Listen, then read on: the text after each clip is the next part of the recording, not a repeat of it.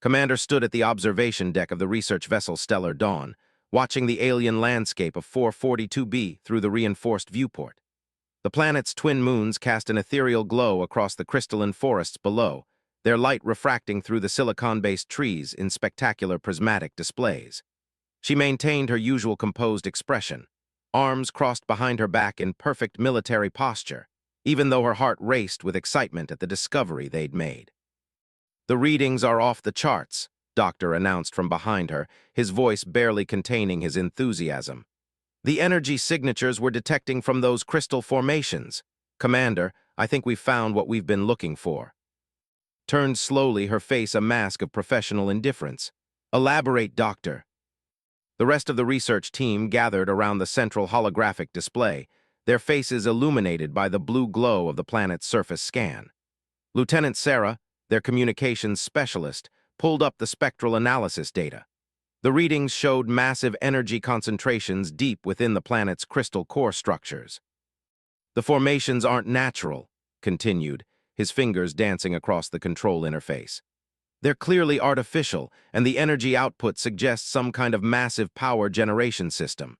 If our calculations are correct, a single crystal cluster could power Earth's entire electrical grid for 1,000 years. Nodded curtly, though internally she felt a surge of triumph. This was exactly what the United Earth Coalition had sent them to find. With Earth's energy reserves dwindling and the colony worlds expanding faster than sustainable power sources could be established, this discovery could change everything for humanity's expansion into the galaxy. "What about the electromagnetic interference we detected during our approach?" she asked, maintaining her clinical tone. "That's the interesting part," Lieutenant interjected. "The interference patterns are rhythmic, almost like a heartbeat, and Commander," she paused, looking uncertain, "I think they're trying to communicate." The bridge fell silent except for the gentle hum of the ship's life support systems. Felt a chill run down her spine, but her expression remained unchanged. First contact protocols were clear, but they were also written for situations where humans were the ones initiating contact. This felt different. "Show me," commanded.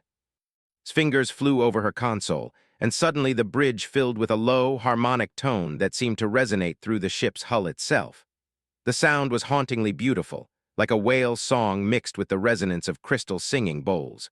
As they listened, patterns emerged within the harmonics. "It's definitely structured," reported.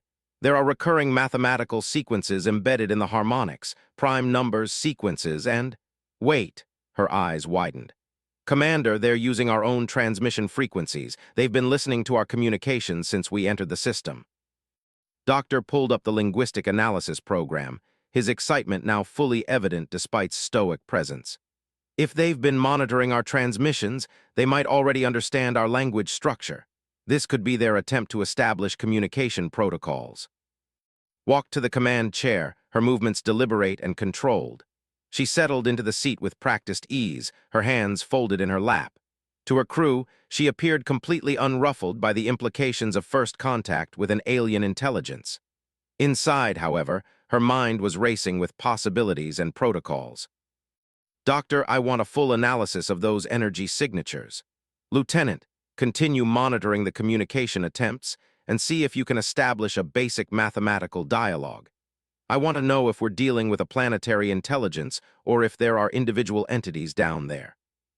"Yes, Commander," they responded in unison. As her crew dispersed to their tasks, remained in her chair, staring at the holographic display of the planet below. The crystal formations pulsed with a gentle light that seemed to sync with the harmonic communications they were receiving. She had trained her entire career for a moment like this, but no amount of simulation could have prepared her for the reality. The Stellar Dawn had been humanity's first long-range exploration vessel capable of faster-than-light travel, and had fought hard to earn her position as its commander. At 35, she was the youngest person ever to command a deep space mission of this magnitude. She had earned respect through competence and results, never showing weakness or uncertainty. Her personal communication device chimed softly. A message from Earth Command appeared on her private screen. "Commander, Earth Coalition eagerly awaits status report on energy source investigation. Political situation deteriorating due to power shortages in outer colonies. Expedite mission timeline if possible. Read the message twice before deleting it.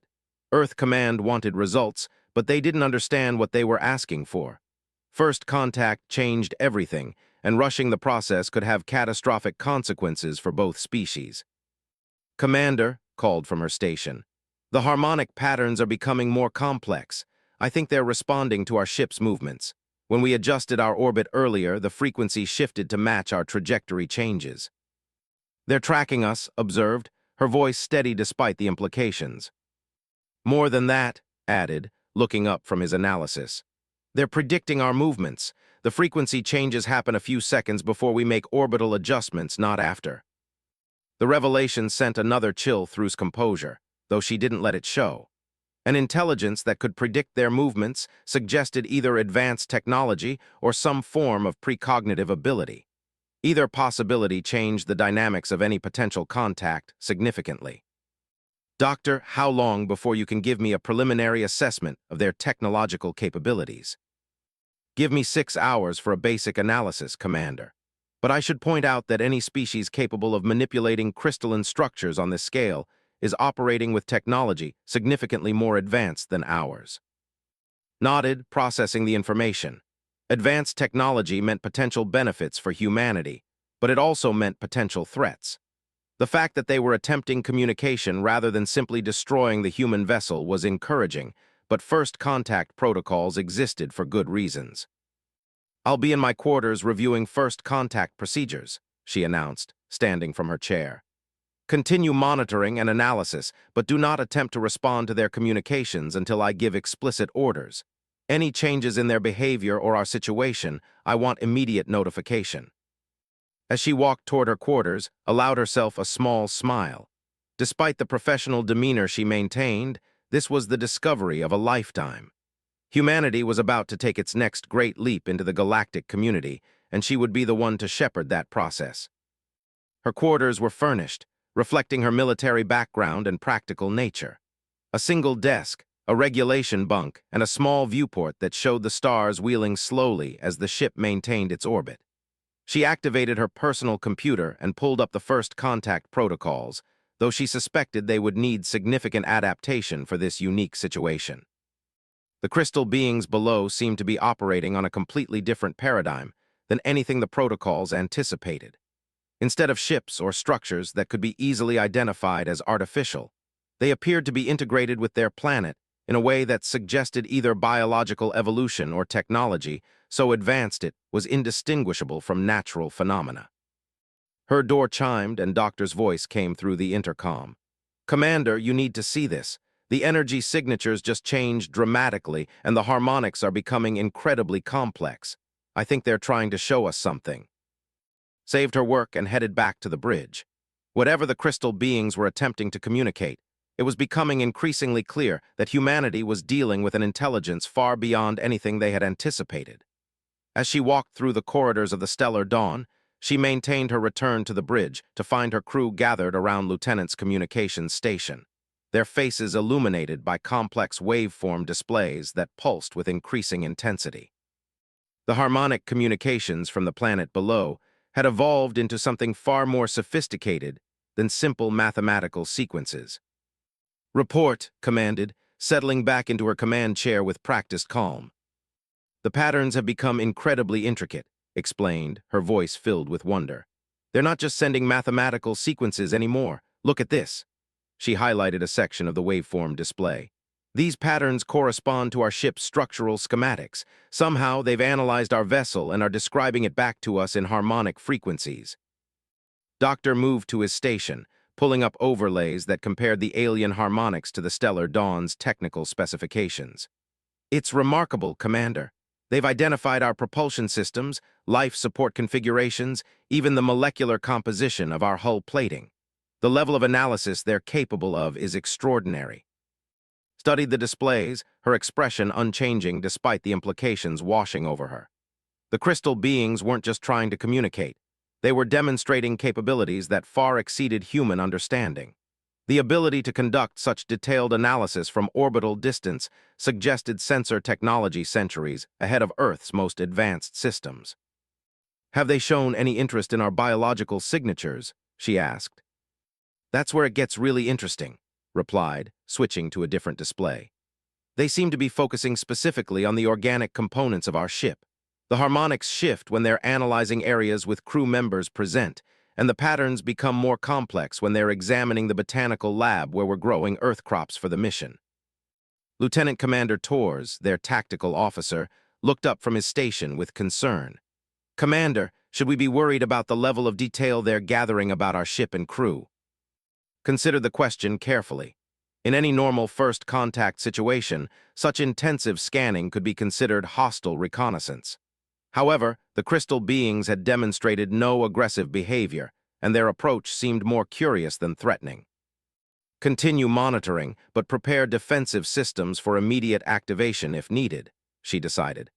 Doctor, can you determine what they're most interested in about our biological components? His fingers flew across his console as he analyzed the harmonic patterns. The strongest signal responses come when they're examining our hydroponic systems and the botanical lab. They seem particularly fascinated by our food production methods and the diversity of earth plant species we're carrying. Plant life mused. Are they herbivorous, or perhaps they don't understand biological diversity? There's another possibility, interjected quietly.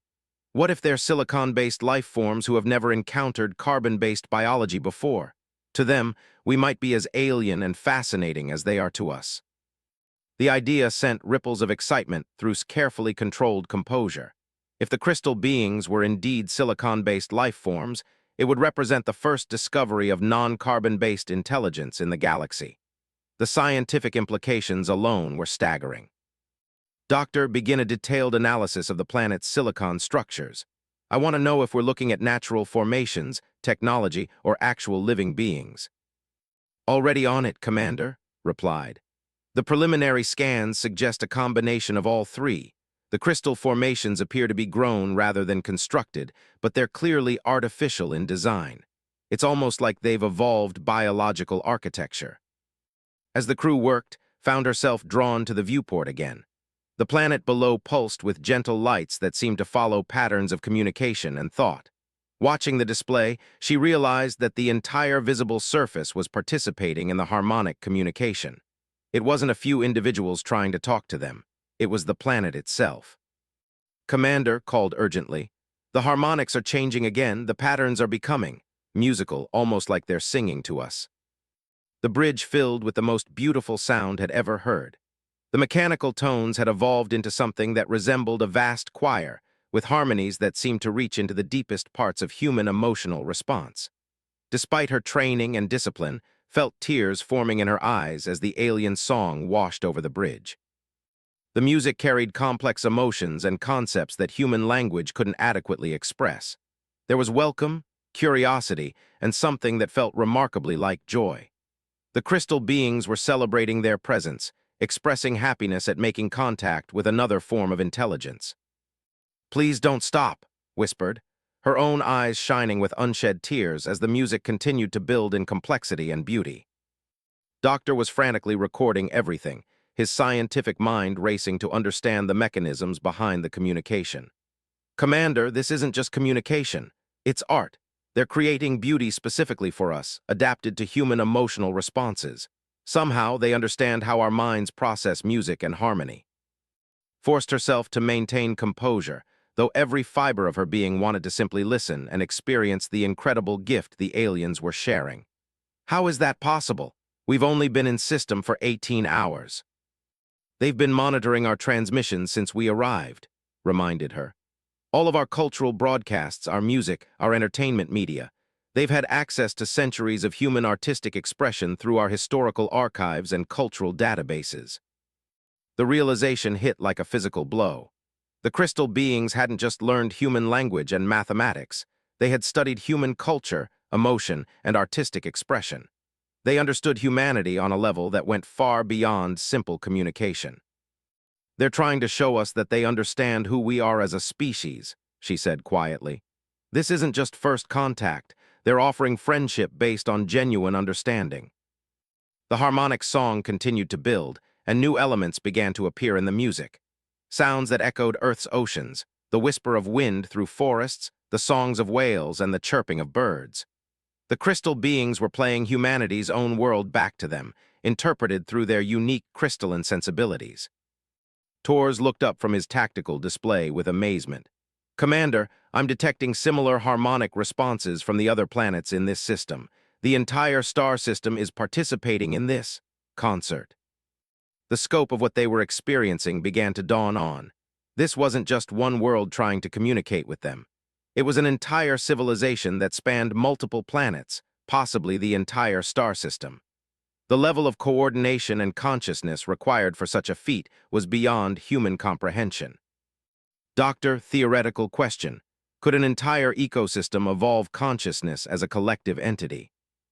Paused his recordings to consider the question. Theoretically, yes. If the silicon-based structures function as a kind of neural network, an entire planet could develop consciousness. But for multiple planets to achieve that level of coordination, he trailed off, overwhelmed by the implications. They're not just intelligent, concluded. They're a distributed consciousness that spans multiple worlds. We're not talking to individuals, we're talking to a galactic mind. The music began to shift again, becoming more urgent, more focused. New patterns emerged that seemed to be asking questions rather than simply expressing welcome.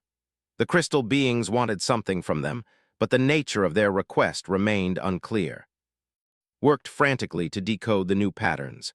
"Commander, I think they're asking about Earth. The patterns are focusing on our home planet's coordinates and the references to our population and resources in our database. They want to know about our world," realized. "They're curious about where we came from and what our civilization is like." The thought of revealing Earth's location to an alien intelligence should have triggered every security protocol had been trained to follow. However, the crystal beings had demonstrated such profound understanding and peaceful intentions that traditional threat assessments seemed inadequate. "Doctor, if they wanted to harm us or Earth, could we stop them?" Considered the question soberly. Given their demonstrated technological capabilities and the fact that they appear to control multiple planets, no, Commander. If they meant us harm, we would be completely defenseless. The simple honesty of his answer crystallized decision. Humanity was at the mercy of this alien consciousness regardless of what information they shared. The only rational choice was to respond to their peaceful overtures with equal openness and trust. "Lieutenant, begin transmitting basic information about Earth and human civilization. Start with our star system's coordinates and basic planetary data. If they're going to judge humanity, they should have accurate information to base that judgment on." "Yes, Commander," replied, though her voice carried a note of uncertainty about the magnitude of what they were doing. As the transmission began, the alien music shifted again, becoming more intense, and the response from the crystal beings was immediate and overwhelming. As the human data transmission concluded, the harmonic communications exploded into a complexity that pushed their analysis systems to their limits. The entire bridge crew worked frantically to process the torrent of information flowing from the planet below. "Commander," called out, her voice tight with concentration. "They're sending us something massive.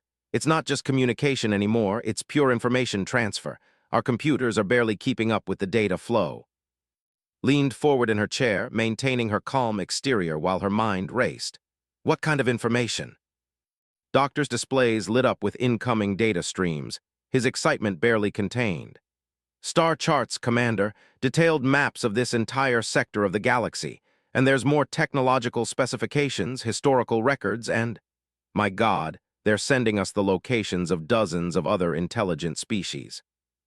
The magnitude of what they were receiving hit like a physical blow. The crystal beings weren't just sharing information about themselves. They were offering humanity a comprehensive guide to galactic civilization. It was a gift beyond measure, and the implications were staggering. "Are we looking at a galactic federation of some kind?" she asked. "More than that," replied, his voice filled with awe. "The data suggests they serve as guardians, I suppose. They monitor and protect developing civilizations throughout this region of space. They've been watching humanity's development for centuries." Tors looked up from his tactical station with surprise. "Watching us? For how long?" Pulled up the historical data that was still streaming in. According to their records, they first detected human electromagnetic emissions in the early 20th century. They've been monitoring our radio and television broadcasts, our space program development, our cultural evolution. They know more about human history than we do. Felt a chill of realization. They've been evaluating us. This first contact isn't random. They've been waiting for us to reach a specific level of development. The harmonic communications shifted again, and suddenly the bridge was filled with images, holographic projections that appeared directly in the air around them. The crew gasped as they found themselves surrounded by scenes of other worlds, other civilizations that the crystal beings had encountered and guided. They saw aquatic beings with tentacled bodies that communicated through bioluminescent patterns, their cities built from living coral that glowed beneath alien seas. They witnessed creatures with iridescent wings who had built towering hive cities that stretched into the clouds of there. There were gaseous beings who existed in the upper atmospheres of gas giants, creating art from storm patterns and communicating through electromagnetic pulses. "This is incredible," whispered. "They're showing us the galactic community. We're not alone, we're not even close to alone."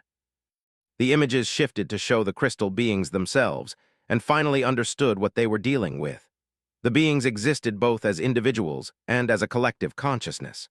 Single crystal entities could be seen growing from the planet's surface, their faceted bodies reaching toward the stars, while deep underground, vast networks of crystalline structures pulsed with shared thoughts and experiences. "They're truly beautiful," said softly, watching as the crystal beings demonstrated their ability to reshape their environment through pure thought, creating magnificent structures that served as both art and habitat. The display changed again, showing the crystal beings' history of contact with other species. Each first contact was carefully orchestrated, with the aliens serving as mentors and guides rather than conquerors or exploiters. They had helped uplift dozens of civilizations, sharing technology and wisdom while preserving each species' unique cultural identity. "They're offering us the same thing," realized. "They want to guide humanity into the galactic community." New data streams began flowing, and excitement reached fever pitch. "Commander, they're sending us technological specifications that could revolutionize human civilization.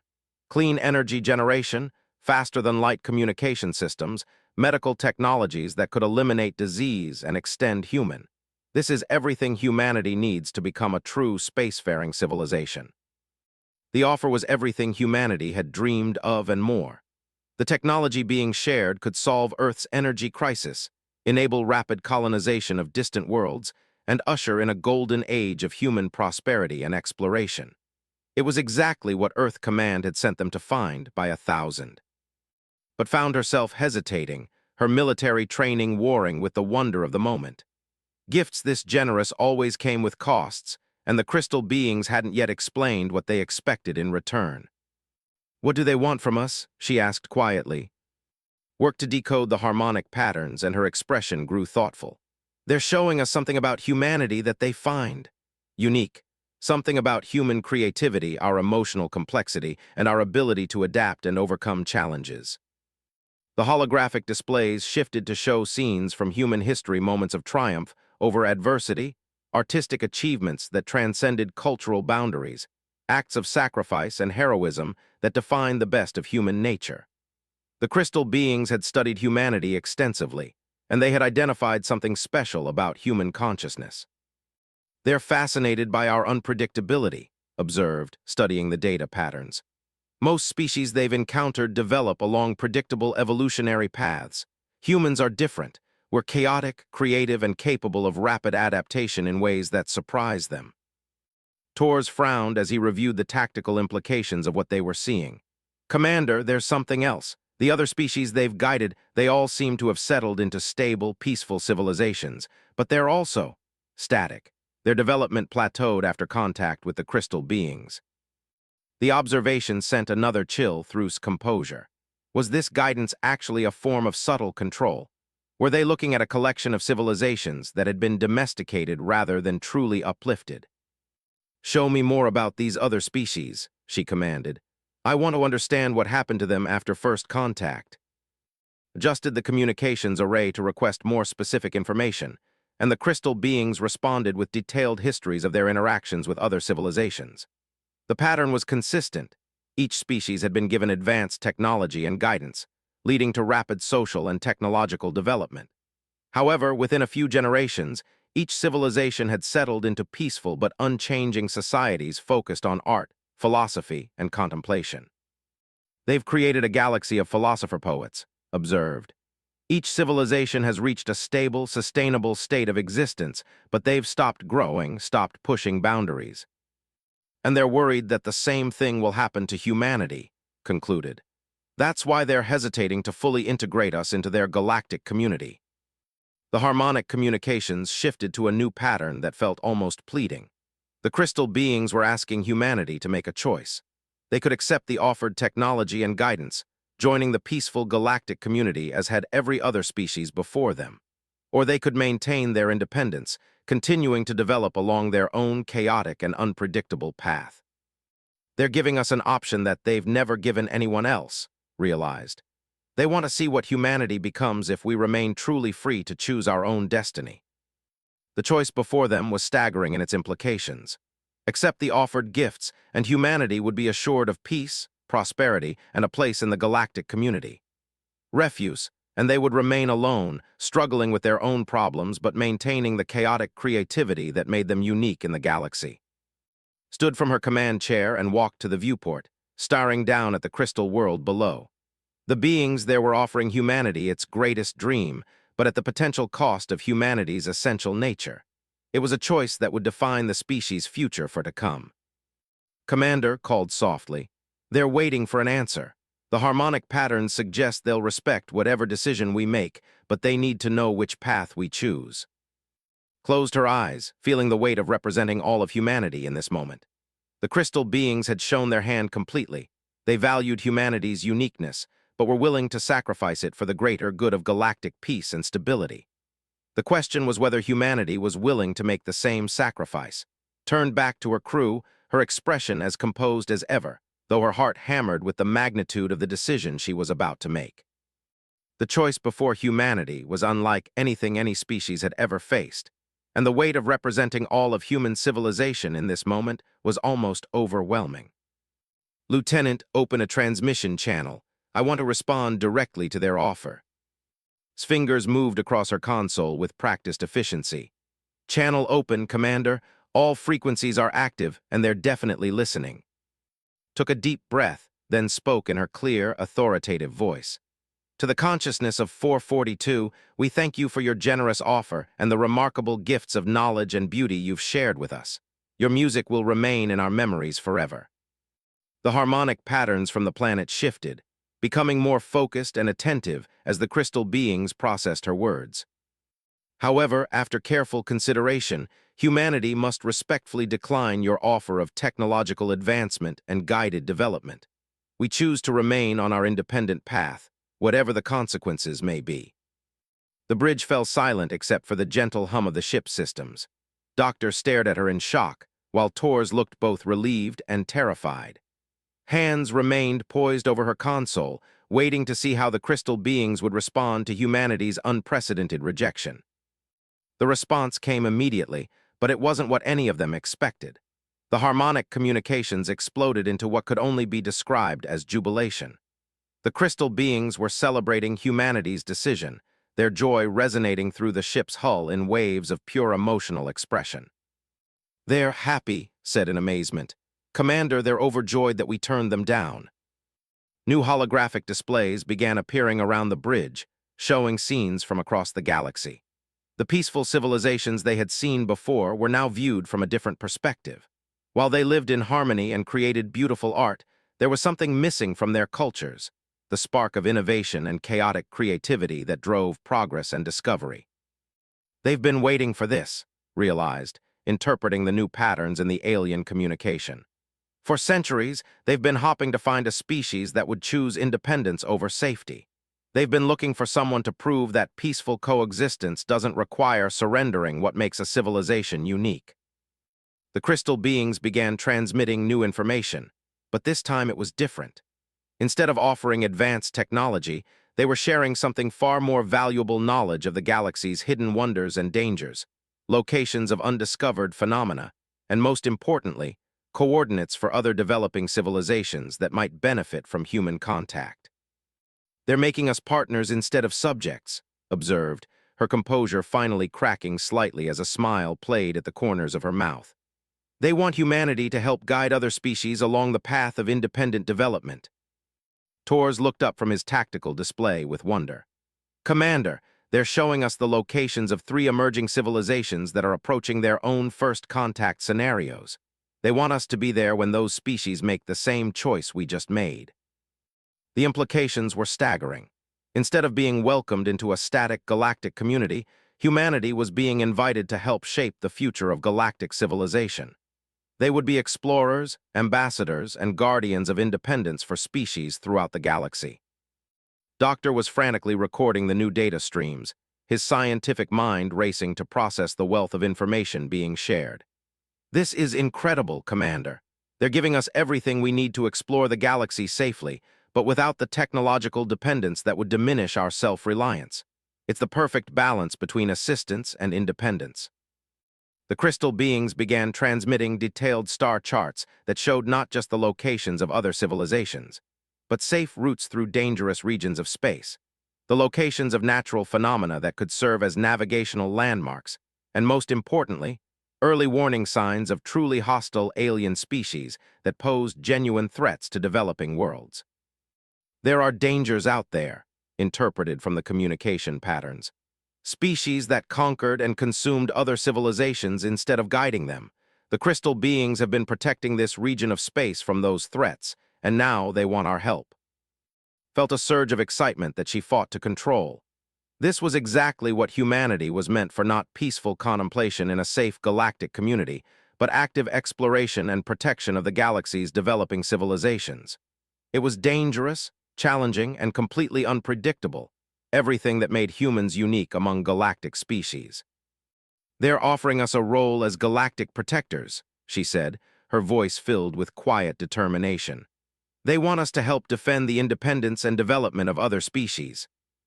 The crystal beings began showing them images of hostile alien species creatures that had turned their advanced technology toward conquest and domination rather than cooperation.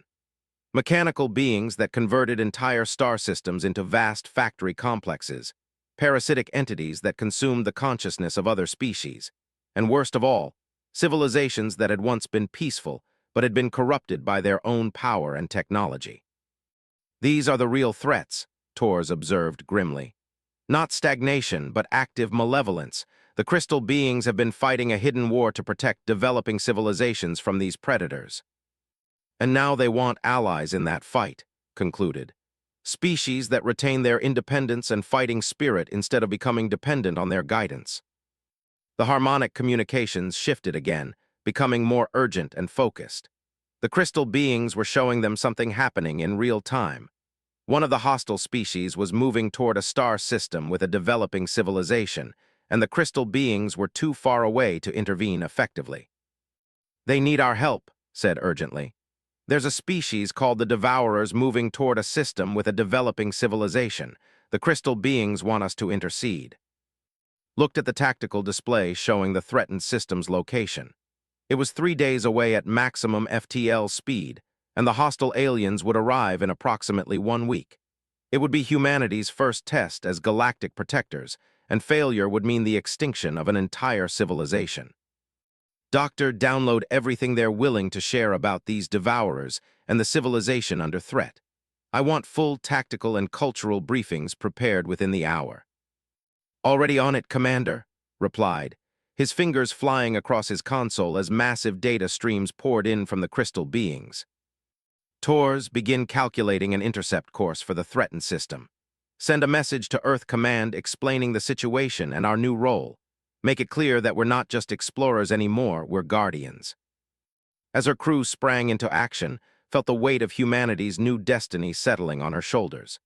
They had chosen independence over safety, and now they would have to prove that choice was the right one by protecting others' right to make the same decision. The crystal beings transmitted one final gift, detailed technical specifications for upgrading the Stellar Dawn's defensive systems, using materials that could be synthesized from common stellar phenomena. It wasn't advanced technology being handed to them.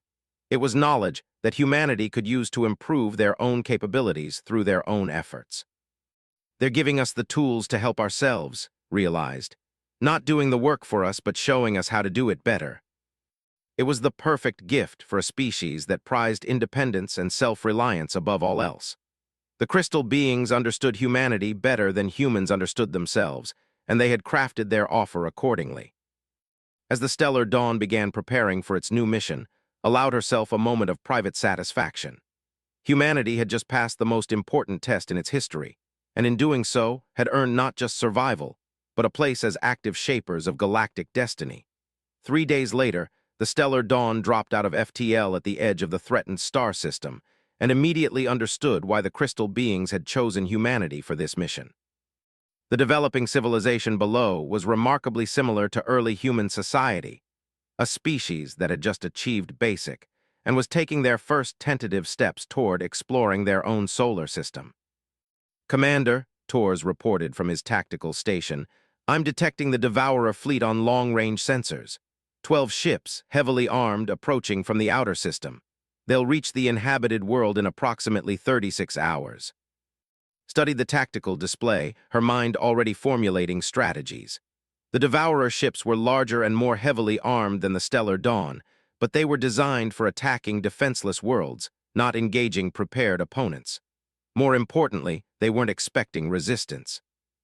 "Doctor, what do we know about the species we're protecting?" Pulled up the cultural data the crystal beings had provided. They call themselves and they're remarkably similar to humans in many ways.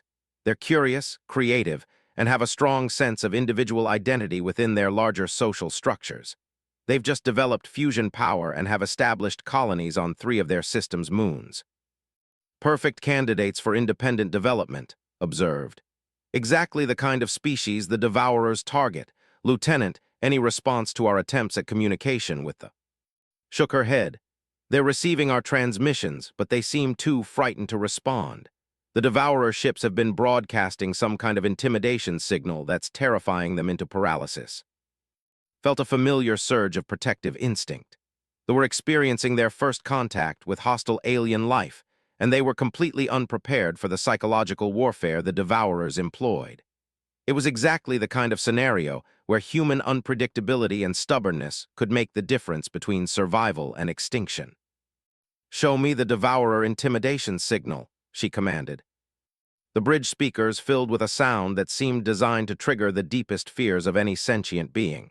It was a combination of mechanical screeching, subsonic frequencies that induced panic, and something that felt like the voice of death itself. Even the human crew found it disturbing, and they weren't the intended targets. "How can they function with that psychological assault?" Torres asked, his hand unconsciously moving toward his sidearm. "They don't," replied. "The pattern is designed to paralyze developing civilizations with fear, while the Devourers move in to harvest their resources and population. It's a psychological weapon that prevents resistance." Stood from her command chair, her mind racing through possibilities.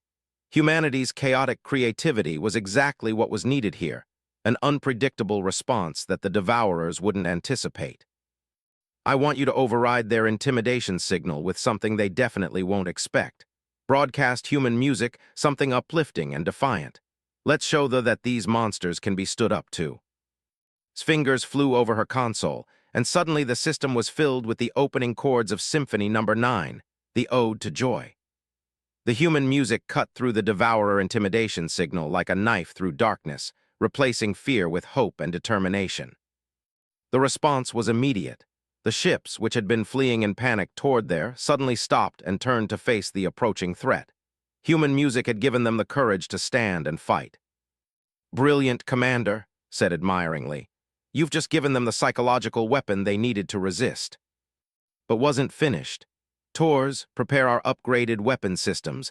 We're going to teach the Devourers what happens when they threaten species under human protection."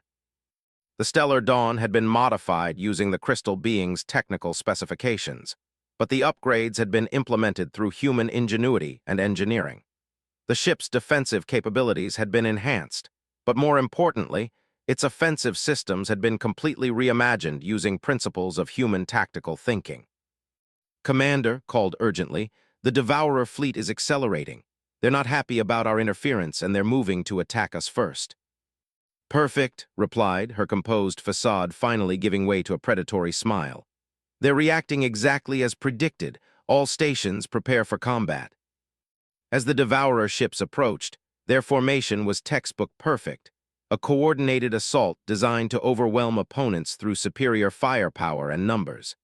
It was exactly the kind of predictable strategy that human tactical doctrine was designed to counter. Multiple incoming missiles, Tors reported. 48 warheads all targeting our primary systems. Evasive pattern Delta 7, commanded. Let's show them what human unpredictability looks like. The Stellar Dawn suddenly accelerated directly toward the incoming missile barrage, its course seemingly suicidal. At the last possible moment, the ship executed a series of impossible maneuvers that sent it spiraling through the missile formation, avoiding destruction by mere meters while positioning itself for a counterattack. Impossible, came a transmission from the Devourer flagship, the first words they had spoken since entering the system. No ship can perform those maneuvers. No predictable ship, corrected, opening a return channel. You made the mistake of threatening species under human protection. That never ends well. The Stellar Dawn unleashed its modified weapon systems, but instead of conventional energy weapons, it deployed something uniquely human kinetic impactors accelerated to near-light speed using principles of controlled fusion detonation. The weapons were simple, brutal, and completely unexpected. The lead Devourer ship exploded as the kinetic impactor punched through its shields and hull like they weren't there. The remaining ships scattered in confusion, their perfect formation dissolving as they tried to adapt to weapons and tactics they had never encountered. "They are joining the fight," reported excitedly. "Their ships are small, but they're fast and they're coordinating with our movements." Watched the tactical display with satisfaction as the developing civilization proved their worth.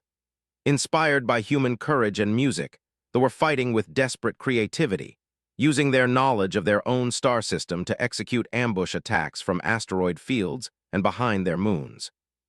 "They're learning fast," Tors observed, "and they're adapting their tactics in real time, just like humans do." The battle became an asymmetric warfare, with the smaller human and forces using unpredictability and creativity to counter the Devourer's superior firepower. Within hours, half the Devourer fleet had been destroyed, and the remainder were fleeing the system in disorder. "This is impossible," the Devourer commander transmitted again. "Our psychological weapons are flawless. No species should be able to resist them." "You've never met humans before," replied calmly. "We specialize in doing impossible things, and we've just taught the how to do the same." As the last Devourer ships disappeared into FTL, the fleet approached the Stellar Dawn cautiously.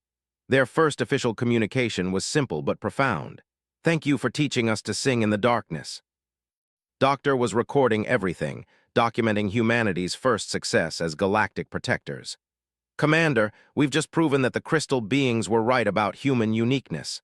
We didn't just defeat the Devourers, we taught another species to defeat them."